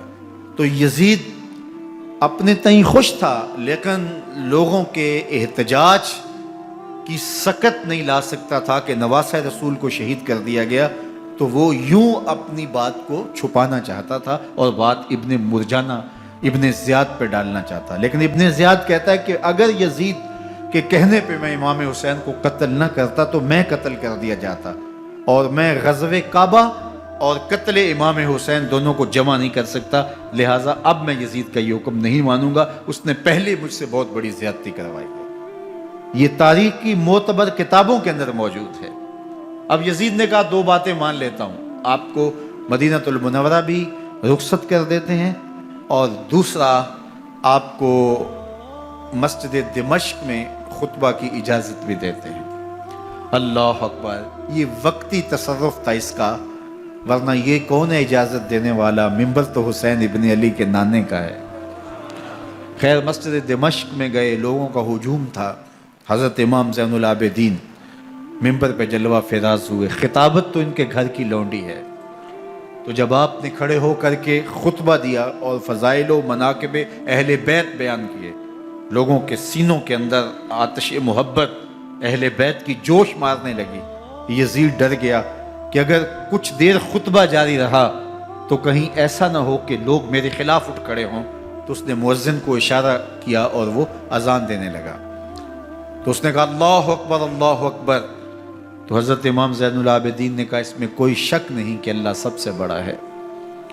پھر کہا اشہد اللہ الہ الا اللہ، تو امام زین العابدین نے فرمایا کہ ہم نے اس بات کی اپنے خون سے گواہی دی ہے کہ اللہ کے علاوہ کوئی معبود نہیں ہے۔ پھر اس نے کہا اشہد ان محمد رسول اللہ، تو حضرت امام زین العابدین نے یزید کی آنکھوں میں آنکھیں ڈال کے کہا یزید دیکھ، اذان میں تیرے نانے کا نام ہے یا میرے نانے کا نام ہے؟ تو حسین ابن علی رضی اللہ تعالیٰ عنہ کا نام کبھی بھی مٹنے والا نہ زیاد کا وہ ستم رہا، نہ یزید کی رہی وہ جفا، رہا تو نام حسین جسے زندہ رکھتی ہے کرم۔ یزید نے امام حسین رضی اللہ تعالیٰ عنہ کو راستے سے ہٹا دیا۔ اس کا خیال تھا کہ یہ باغی ہیں اور میں ان کو کچل دوں۔ حضرت امام حسین شہید کر دیے گئے، ان کا خاندان شہید کر دیا گیا۔ صرف 14 سال کے امام زین العابدین رضی اللہ تعالی عنہ اس حادثے میں، اس واقعہ میں جو ہے وہ بچے، اور سب سے زیادہ دکھ اپنی آنکھوں سے انہوں نے دیکھے۔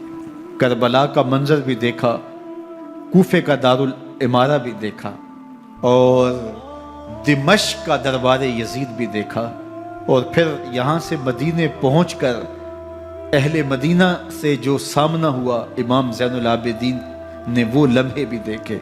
کہتے ہیں اس واقعہ کربلا کے بعد حضرت امام زین العابدین کبھی ہنسے نہیں تھے۔ جب بھی پانی پینے لگتے تو رو پڑتے، انہیں شاید سکینہ کی پیاس یاد آ جاتی تھی۔ امام زین العابدین کا رنگ زرد ہو جاتا جب کربلا کی یاد آتی، اور بسا اوقات شہر سے وحشت ہونے لگتی اور دور باہر نکل جاتے اور جا کر کے وہاں خیمہ گاڑ لیتے اور مہینہ مہینہ وہاں ذکر و فکر اور عبادت میں لگے رہتے۔ امام زین العابدین کے ہاتھوں میں ہتھ کڑیاں، پاؤں میں زنجیریں، اور اونٹ پہ باندھ کر کے جب حضرت امام زین العابدین کو شہیدوں کی لاشوں کے قریب سے گزارا گیا تو غشی پہ غشی طاری ہو رہی تھی امام زین العابدین پہ، اور وہ گھڑیاں بھی امام زین العابدین پر کتنی دردناک تھیں کہ جب شہزادیاں اونٹوں کے ساتھ باندھی گئی تھی اور امام زین العابدین اپنے بابا کا سر اپنے سامنے چلتا ہوا دیکھتے تھے، اور یہ دردناک لمحے کہ جب رات کی گھڑی آئی تو زینب سلام اللہ علیہ نے دیکھا کہ زین العابدین کے آنسو نہیں تھمتے اور ان کو غشی پہ غشی آتی ہے، تو وہ آگے بڑھ کے ان کو اپنی آغوش میں سمیٹتی ہیں اور کہا زین العابدین کیا ہوا؟ کہا کہ پھپھو جان اگر ہو سکے تو بابا کا سر کچھ دیر کے لیے میری گود میں نہیں آ سکتا ہے۔ وہ وقت بھی امام زین العابدین پہ آتا جب زخم اور درد اور دکھ حد سے تجاوز کرتے ہیں تو زین العابدین مدینہ کی طرف منہ کر لیتے ہیں اور حضور کی بارگاہ میں ہوا کے ہاتھوں پیغام بھیجتے ہیں، ان نلتا یا ریح الصبا یوما الی ارض الحرم بلغ سلامی روزتن فیہا النبی المحترم یا رحمتا للعالمین ادرک لزین العابدی محبوس عید الظالمی فی الموکب والمزدحم۔ امام زین العابدین نے یہ سارا دردناک منظر اپنی آنکھوں سے دیکھا اور یہ سارے دکھ سہے۔ امام زہری کہتے ہیں کہ ولید کے زمانے میں دوبارہ امام زین العابدین کو پکڑ لیا گیا اور ان کے ہاتھوں میں دوبارہ ہتھ کڑیاں اور پاؤں میں بیڑیاں ڈال دی گئیں۔ میں ملنے گیا تو جو ہی امام کے ہاتھوں میں ہتھ کڑیاں دیکھی تو میرا دل ڈولنے لگا اور میری آواز گلے میں دب گئی اور آنسو تھے کہ تھمتے نہیں تھے۔ تو امام زین العابدین نے مجھے دیکھا تو مجھے تسلی دیتے ہوئے کہا، زہری کیا ہوا تمہیں؟ تو میں نے کہا، حضرت کربلا میں تھوڑے دکھ دیکھے تھے اور اب یہ حالت مجھ سے دیکھی نہیں جا رہی۔ تو امام زین العابدین نے ان زنجیروں کو اور ان ہتھ کڑیوں کو جن سے آپ جکڑے گئے تھے جھٹکا دیا، لوہے کی زنجیریں ٹوٹ گئیں۔ کہا، زہری ہم اللہ کی تقدیر پہ راضی ہے ورنہ یہ زنجیریں کیا ہوتی ہیں۔ امام زین العابدین کو اللہ نے عزتوں سے نوازا تھا، ہر دور کے حاکم وقت ڈرتے تھے اور ان کی عزت سے حسد کرتے تھے۔ ولید بن عبد الملک بنو امیہ کا بڑا تگڑا حکمران گزرا ہے۔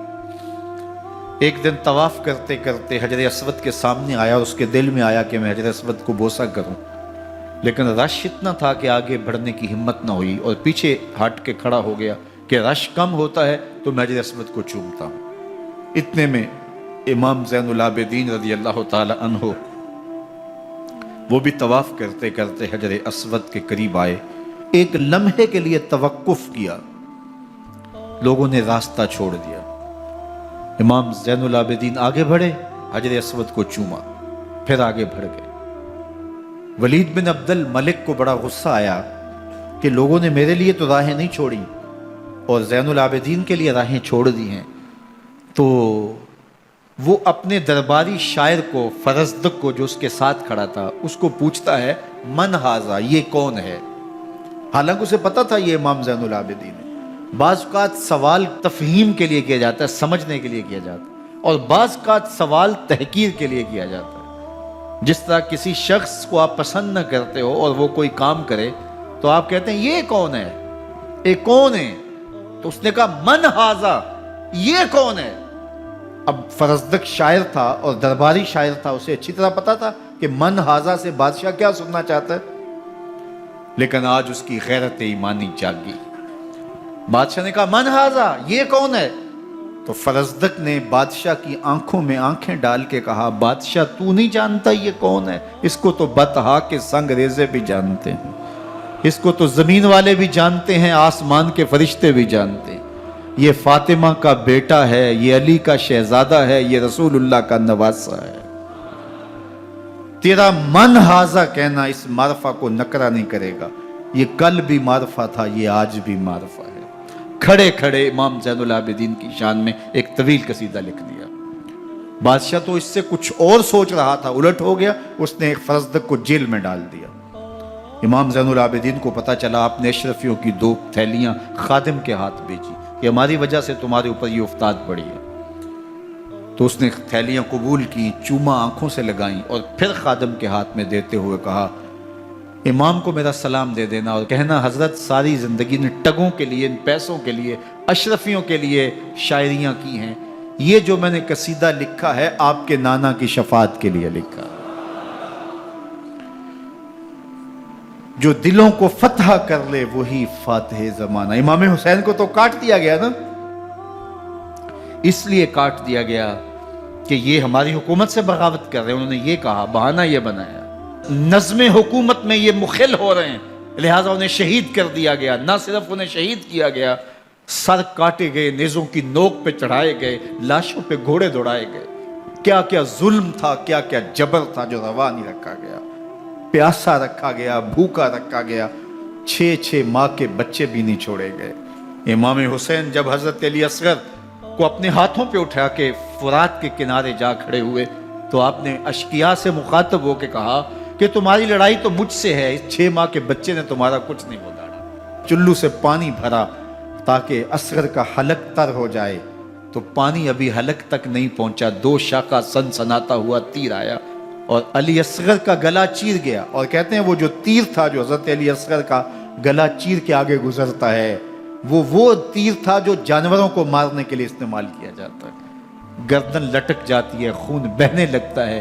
امام حسین اس خون کو آسمان کی طرف اچھال کے کہتے ہیں مالک حسین کی یہ قربانی بھی قبول فرما لے. نسل مٹا دی گئی، شہید کر دیے گئے، گھوڑے دوڑائے گئے. سادات کرام، عصمت شعار پیغمبر زادیوں کو اونٹوں پہ بٹھایا گیا، رسیوں سے جکڑا گیا، چادریں چھیننے کی کوشش کی گئی، کیا کچھ نہیں ہوا. تاریخ دردناک ہے، اور یہ پیغمبر کے ماننے والوں نے، کلمہ پڑھنے والوں نے یہ سب کچھ کیا. بے مروت، بے وفا، تیرا بھی کیا افسانہ ہے. جس نے اپنی ہی شمع کو گل کیا تو وہ پروانہ ہے.